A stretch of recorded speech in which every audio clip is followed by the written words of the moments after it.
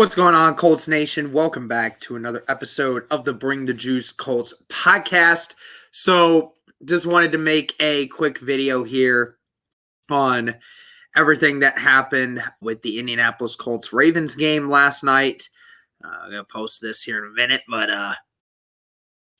I wanted to kind of just break it down a little bit and, kind of explain what I thought I saw and what, a lot of other people saw. I'm sure a lot of you are going to have some differing opinions on it than me. That's fine. I'm used to it by now, but either way, go ahead and go with it. So here's the thing. I'm sure quite a few people are still going to disagree on this, which is weird, but I could find very little wrong with what the Indianapolis Colts did on offense yesterday. Very few things that popped off the screen that told me, wow, this team just can't play. I mean, yesterday, Carson Wentz was one of the best statistical days he's had in his career. I think that he had one of his most efficient days with his QB rating. It was I think it was the highest amount of yardage he's ever thrown in a game. So this was a very good game from Carson Wentz. I know there are some people that are still saying, oh, well, it was a good day. I don't know if I would go really good. It was a really good day for Carson Wentz. Threw a 70% completion percentage, threw for over 400 yards, 2 touchdowns, no interceptions. Carson Wentz had a very good day against the Baltimore Ravens. And again, we were saying, even with some of the secondary issues, we were questioning whether or not the Colts were actually going to be able to move the ball down the field on this Baltimore defense. And they did that. They did very, very well at that. So, Carson Wentz, again, just had himself a great day yesterday. There was very few things I could find wrong with anything he did. Obviously, 2 or 3 throws that he didn't do great on. But, again, that's apparent for every quarterback. Every quarterback has that. I think we're getting too picky with that. And then on top of it, we were talking about the Colts being able to run the football. We said, can the Colts run the football in this game? And Jonathan Taylor, 15 carries for 53 yards. He was pretty good yesterday at running the football. They were very good. Overall, I felt the Colts as a unit did a really great job of running the football yesterday. I mean, Marlon Mack, 5 carries for 47 yards. Nyheim Hines, 4 carries for 18 yards. In total, when you count Wentz's totals in there, 26 carries altogether yesterday for 123 yards, almost 5 yards a carry, and a touchdown from Jonathan Taylor. I mean, that was a good day running the football. And the offensive line, props to them, man. They did a really good job running the football and blocking yesterday. I mean, they did a very fantastic job of opening up holes and giving the running backs just a little bit of room to make something happen. I thought that they did a very good job yesterday of doing that. And obviously receiving, Jonathan Taylor leading the way, 3 catches for 116 yards. I mean, again, if you had Jonathan Taylor on your fantasy team again yesterday, again, you had a phenomenal day. You had 17 points just from his yardage alone, and then 3 points from his receptions, half PPR even. That's still really freaking good, and had 2 touchdowns as well. So Taylor just phenomenal. 3 catches, 116 yards off that 76-yarder that he had from the first catch he had where he took it to the house. Michael Pittman, 6 catches for 89 yards. Mossed Everett in that game and also got his first touchdown of the year. That was what we were wanting to see from Michael Pittman. Carson Wentz executed what they needed to do in that. Paris Campbell got involved, 4 catches for 56 yards. That's the most he's been utilized this season. And it was great to see him actually getting involved and making some good plays and getting some of those big first downs for the Colts on 3rd down. Mo Alley Cox, a couple of big receptions there early in the middle of the game too. Pascal had a couple good ones. Granson got involved. just there was a lot of guys in here that got utilized in this. And I felt that the Colts diversified their offense. I felt that overall, from the play calling to the execution, everything went exactly according to plan for Indianapolis offensively. This is the best offensive game plan we have seen all year through 5 weeks. And with the numbers they put up, you would win 90% of games. When you see Carson Wentz throwing for 400 yards and your running backs running for 120. 90% of the time you're winning those games. Over 90%. It's just, other things came into play, fruition. But again, Carson Wentz did a great job yesterday. Offensive line did a great job yesterday, outside of a few blocking errors. Running backs did a great job yesterday. The receivers, for the most part, did a great job yesterday. I felt that overall, the offensive game plan and how the Colts attacked it, getting creative, being able to mix in different formations, allow Carson to do what he wanted to do, and being able to run the football really helped this team. They scored 25 points, but they put their team in position to score 32 points, which ultimately would have won us the game. Say what you want. The offense put this team in great position to win this game tenfold. And also with 39 seconds going 45 yards down the field to get that final chance to get some points, and yet we just couldn't do it to win the game. Offense did its job. I don't care what anybody says. Offense did their job, and Brady and Reich did do a good job in executing how they wanted to get the offense going. That is the big pivotal point here. So I think we can kind of get to now where we were wanting to talk about, and that is the defense. First off, let me say, I felt that through 3 quarters, through about 2.5 quarters really, the Colts had dominated the Baltimore Ravens all the way through thick and thin. They dominated them. Even when they got into the red zone twice, still held them down and didn't let them score touchdowns the way they wanted. The Colts did what they needed to do. And then ultimately, again, it came down to the Ravens being the Ravens and the Colts not making adjustments. I said Mark Andrews was going to be the scariest one in this game. 11 catches yesterday for 147 yards. Marquise Brown, 9 catches for 125 yards, both with 2 touchdowns. Both were targeted over 10 times. I didn't understand yesterday how the Colts did not make any adjustments to what was going on yesterday. Okay, so in the first half, Lamar Jackson was definitely flustered. He was definitely flustered. And then he was damn near perfect in the second half. Damn near perfect. Okay, he almost didn't even throw in an incompletion in the second half. I think he may have had 2 in the second half.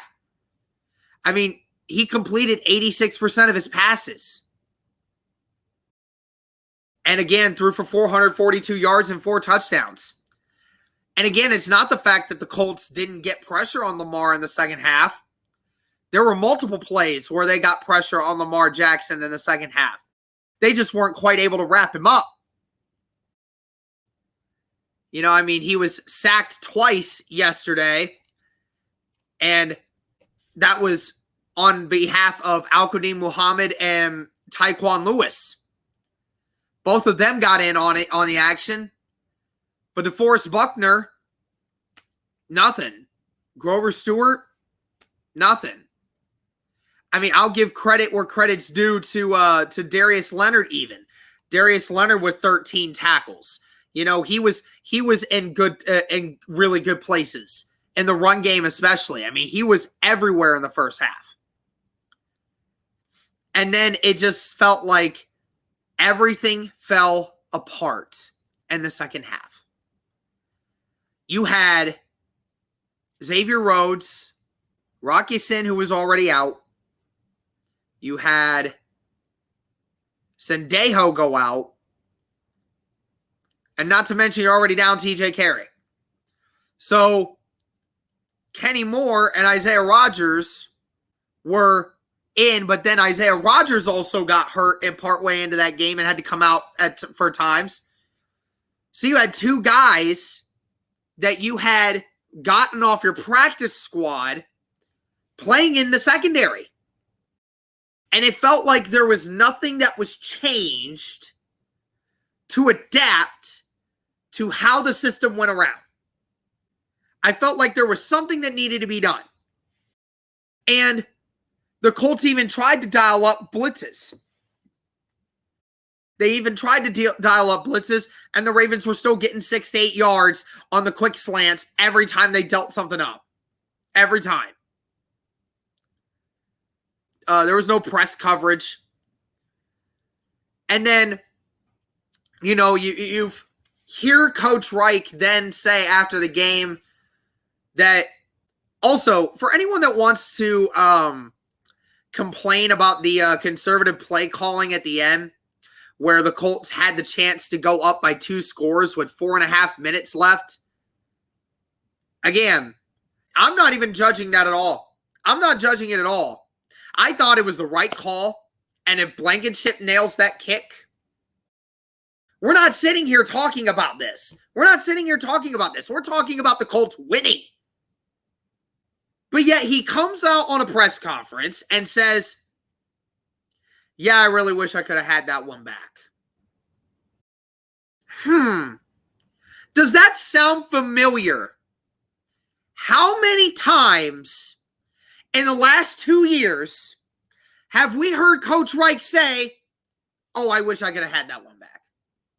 That one I wish I could have done differently. How many times do you need to say it, Coach Reich? It was the right call, in my opinion. Being conservative, putting yourself in a good position to where you felt like you could at least, that way you didn't feel like you had to be conservative on it.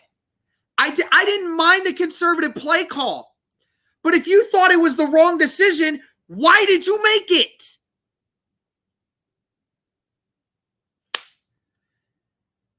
How many more times do we need to continue to hear this? This is where it gets me frustrated. I didn't think it was a bad play call. I didn't mind the fact that we lost 3 yards. We were still at the 20-yard line. That's still a very easy kick for a kicker to make. But yet we continue to hear this once every 4 weeks saying, man, I wish I would have had that one back. You've got to start making the correct decisions from yourself, bro. We can't keep hearing that because then it just doesn't display confidence in your abilities. And then we hear also that Reich has been talking with Eberflus on how to finish games. Well, you think maybe if you change something on your defense that maybe you'd be able to finish games? The Ravens scored 4 straight touchdowns at the end of that game. You shut them down. You practically shut them down all the way up until those final 4 drives.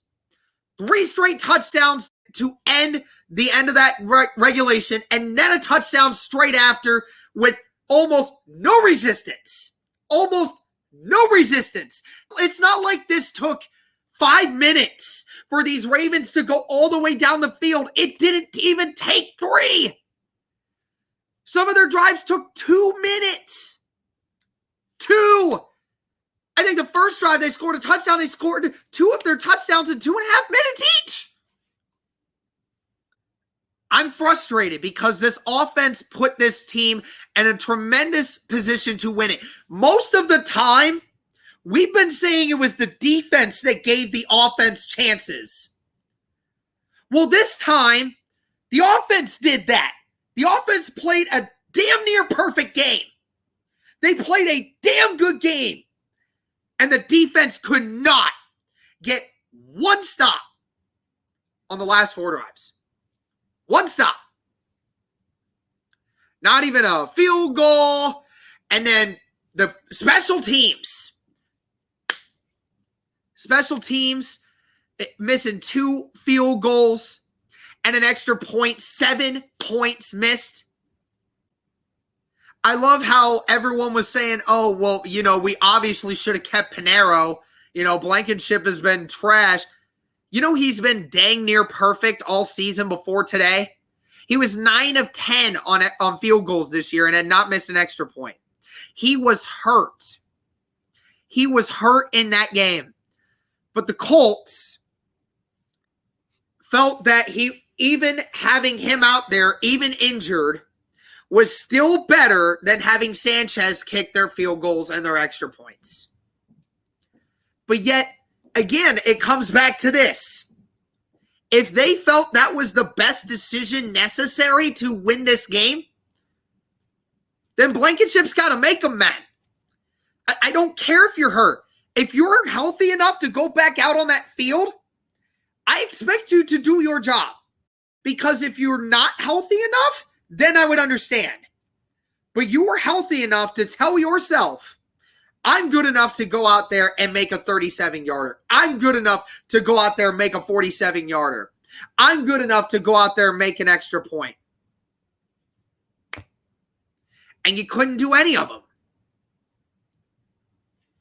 So, special teams let us down.